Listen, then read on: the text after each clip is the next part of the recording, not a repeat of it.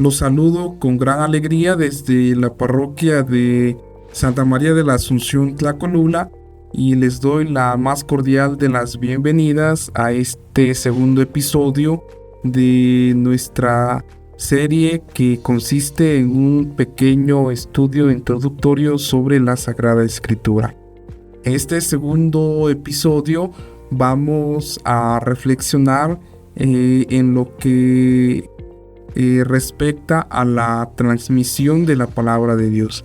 Y para poder nosotros iniciar a reflexionar la transmisión de la palabra de Dios, pues en primer lugar tenemos que hacer referencia a una afirmación fundamental.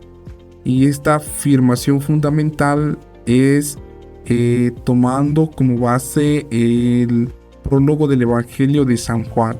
Y en el prólogo del Evangelio de San Juan se nos hace una afirmación enfática. Al principio solamente existía la palabra. Y nosotros en el transcurso de nuestra reflexión teológica, de nuestra reflexión pastoral, podemos parafrasear también esta frase diciendo, pues al principio no existía el libro sino la palabra.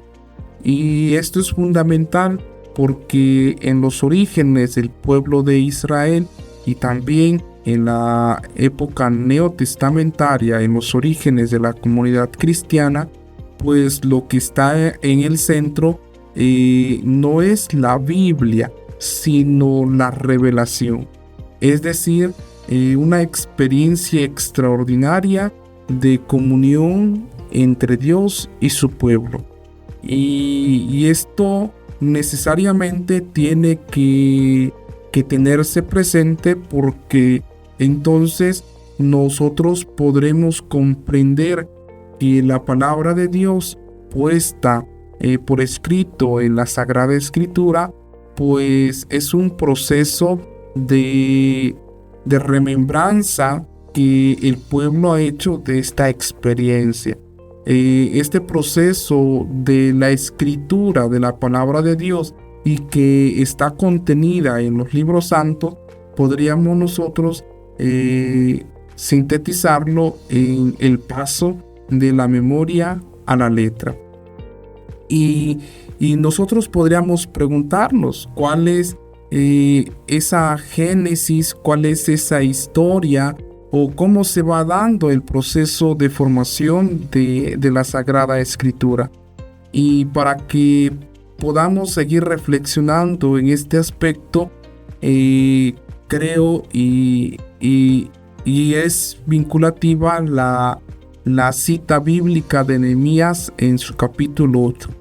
Y entonces vamos a ver que el pueblo de Israel, que está dentro de las heridas o que está sufriendo las heridas, esa tragedia nacional del exilio, pues siente la necesidad de traer a colación todo el consuelo, toda la cercanía y toda la presencia que había tenido de Dios antes de ese acontecimiento doloroso.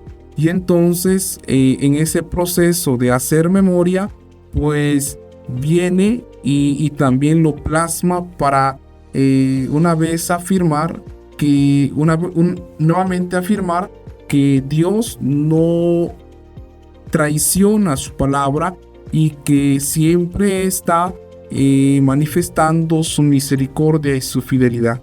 En casa yo los invito para que de manera muy detenida puedan leer este capítulo 8 del libro de Nehemías.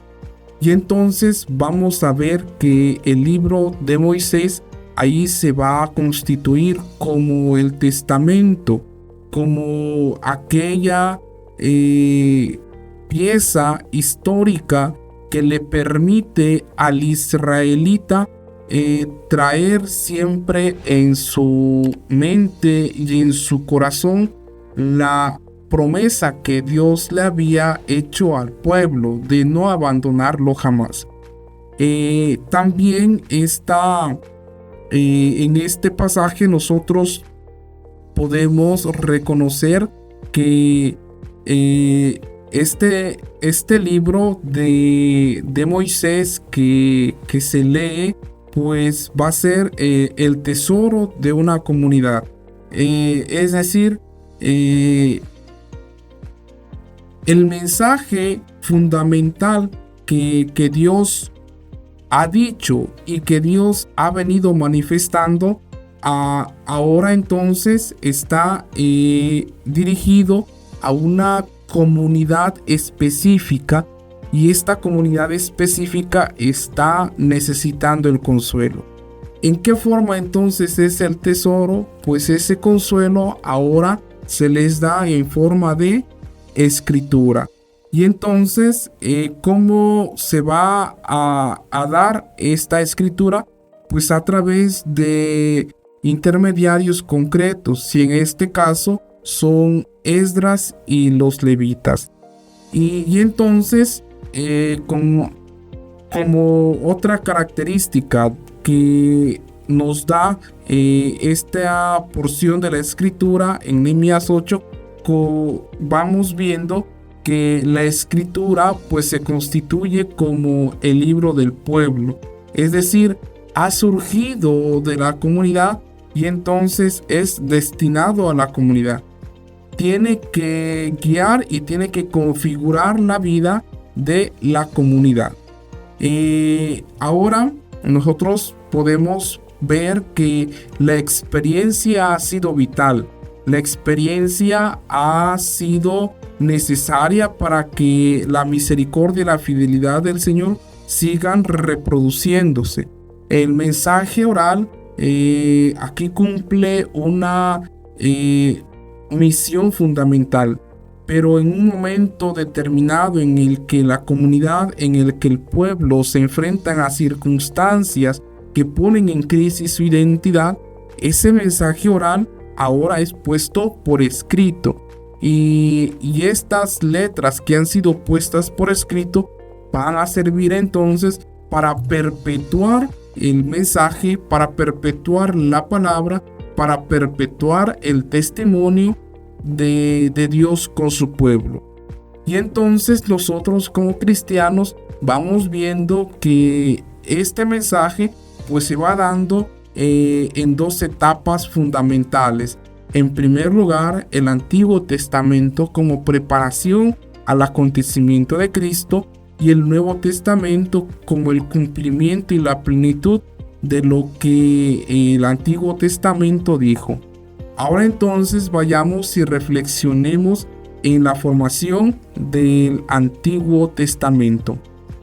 Y yo quisiera aquí entonces afirmar, la Biblia es un libro surgido de todo un proceso histórico. No es un libro caído del cielo, porque pudiésemos nosotros tener, o pudiésemos nosotros comprender, o a veces pudiésemos nosotros hasta predicar que la Biblia pues ha caído del cielo. Y no, la Biblia pues ha tenido una larga historia, ha tenido todo un proceso de conformación, ha tenido una reconstrucción llena de complejidades. Y en este proceso, en esta reconstrucción tan compleja, pues vuelve a aparecer esto que ya les he mencionado, esto que ya hemos reflexionado, la tradición oral. Y entonces vamos a ver que la mayoría de los textos bíblicos pues siempre fueron proclamados, y en esta proclamación pues fueron puestos por escrito, y por mucho tiempo fueron leídos, así como fueron escuchados. Y en este proceso de escritura, el pueblo va a ir profundizándolos y va a ir actualizándolos.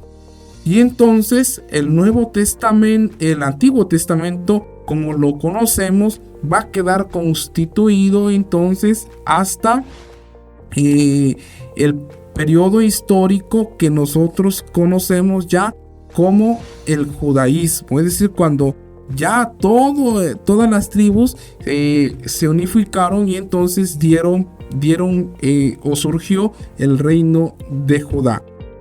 Y entonces nosotros vamos a ver que el contexto vital de esta tradición, tanto oral y escrita, pues fueron las instituciones del pueblo de Israel que configuraban la vida y que configuraban también el modo de comportarse como sociedad.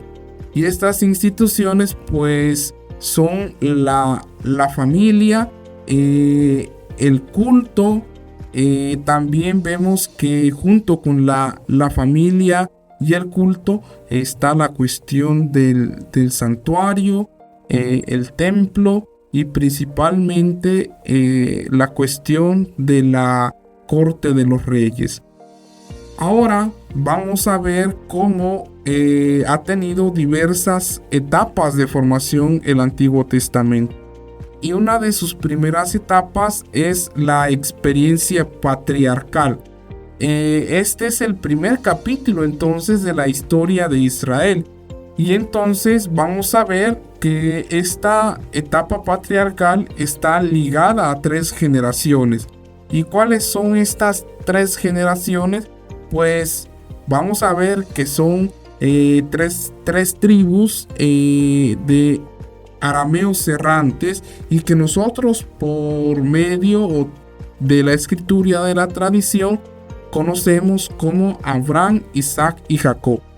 Y entonces estas 3 generaciones que existieron allá por el siglo XIX a.C. van a contener fundamentalmente la crónica del clan de lo que los israelitas llaman los primeros padres. Y esta primera etapa de redacción del Antiguo Testamento se va a caracterizar en primer lugar porque estas tribus van a tener una vida nómada, y como nómadas van a tener una vida religiosamente en controversia a la llamada de Dios. ¿Qué quiere decir esto? Van a estar en una constante respuesta al Señor, pero también como personas van a estar en una cierta situación de resistencia.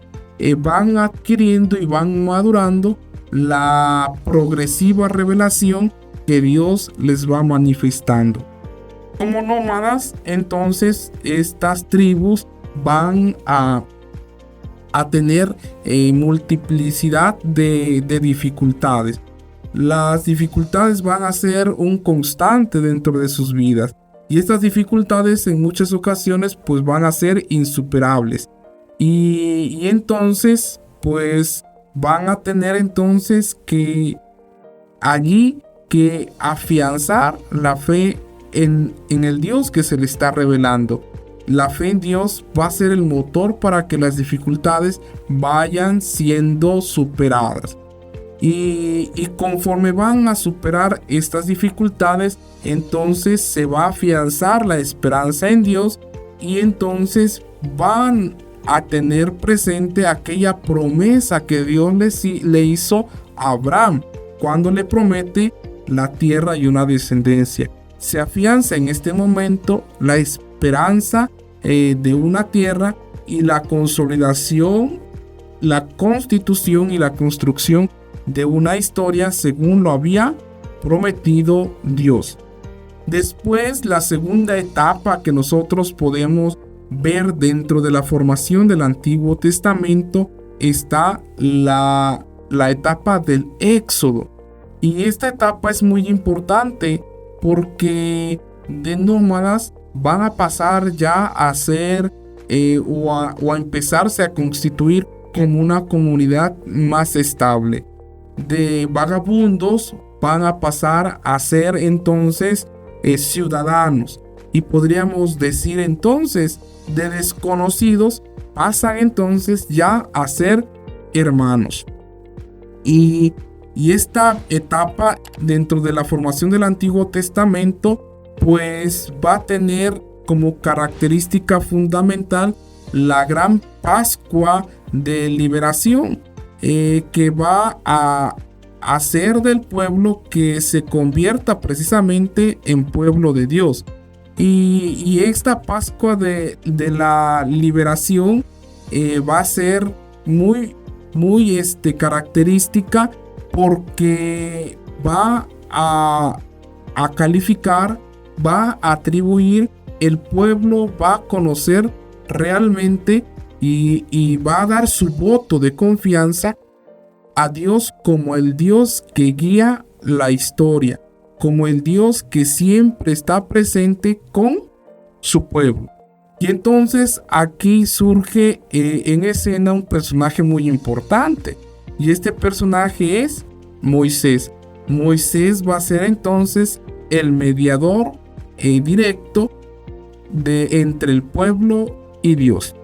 Y entonces en esta misma época, en este mismo periodo, va a haber un grupo de profecías, va a haber oráculos en los que van a ir poniendo énfasis en la fe en el Dios de la historia, en el Dios que está siempre atento a las necesidades de su pueblo y que quiere que ese pueblo se vaya configurando. En este sentido vemos la cuestión del decálogo.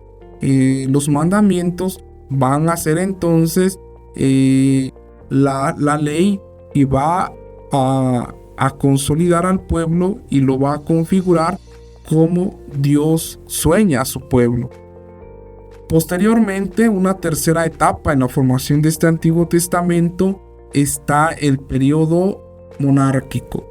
Ya después de 200 años de lucha, pues va a seguir siempre allí el querer ser siempre un pueblo más consolidado.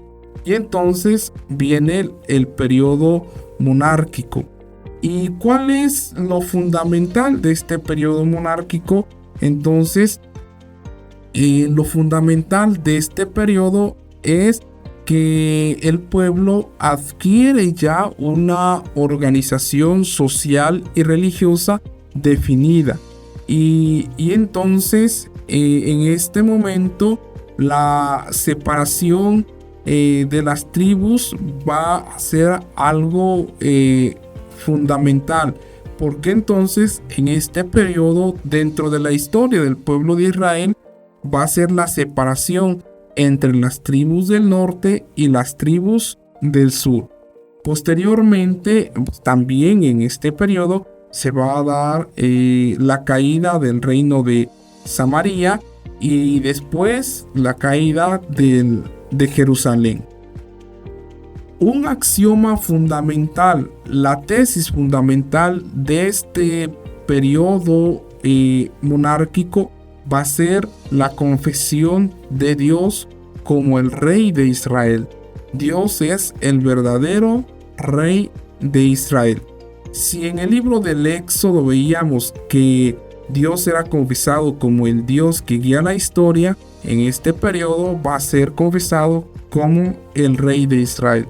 Aquí no podemos nosotros juzgar este periodo histórico desde nuestros ojos, sino que tenemos que poner la mirada en ese momento y en ese contexto para poder comprender la monarquía como una situación que dio respuesta a determinadas circunstancias.